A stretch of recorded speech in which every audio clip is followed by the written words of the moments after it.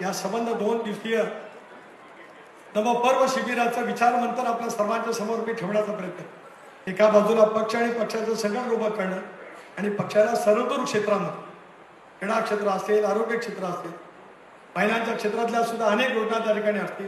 केवळ लाडकी बहीण योजना पुरता सीमित नव्हे, अशा अनेक योजना असतील, युवकांच्या असतील, बेरोजगारांच्या असतील, शेतकऱ्यांच्या असतील, सामाजिक न्यायाच्या असतील, आदिवासी बांधवांच्या असतील, या प्रत्येक योजना आपण तळागाळापर्यंत पोहोचवण्यासाठी राष्ट्रवादी काँग्रेस पक्षाच्या कार्यकर्त्यांनी प्रचंड प्रमाणावरती मेहनत घेणं अत्यंत आवश्यक आहे।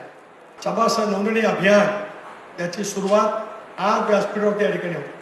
माझे आमदार महोदयांना विनंती आहे, राज्याच्या कानाकोपऱ्यातील सर्व जिल्ह्याचे अध्यक्ष आलेले आहेत, पक्षाचे वरिष्ठ पदाधिकारी आहेत, लोकसभेमध्ये संसदेमध्ये काम करणारे आम्ही सगळेजण या ठिकाणी आहोत, विधिमंडळामध्ये काम करणारे आपण सगळेजण आहोत, महिलांच्या जिल्ह्याच्या अध्यक्ष वेगवेगळ्या ठिकाणचे आहेत, सर्व सेलचे प्रमुख या ठिकाणी आहेत। आगामी कालावधीमध्ये पक्षाच्या अकाउंटेबिलिटीला महत्त्व अधिक दिलं जातं।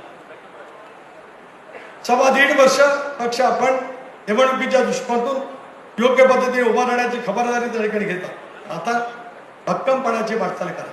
संघर्षाचा काळ संपला, आता विकास सोबत घेत महाराष्ट्र घडवायचा आहे, तो अजितदादांच्या नेतृत्वाखाली घडवायचा आहे। या विचाराला चालना देण्यासाठी आजचं हे विचाराचं शिबिर मंत्र आपण या ठिकाणी घेतो।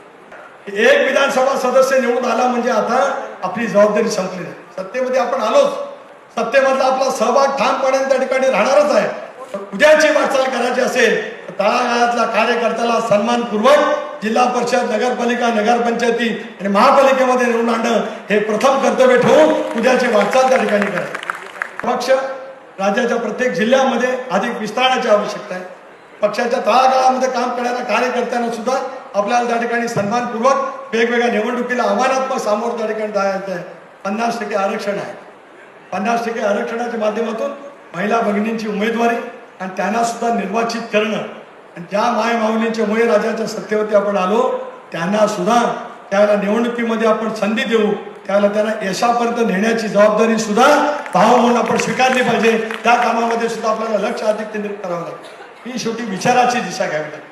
निवडणुका येतात जातात, कमीत्व उरतं। तुम्ही काय पद्धतीने लोकांची सेवा करण्यासाठी विचाराच्या माध्यमातून त्यांच्या पाठीमागे उभं राहिलात, हे तुमच्यासाठी पुढच्या कालावधीमध्ये त्या ठिकाणी ठरणार आहे।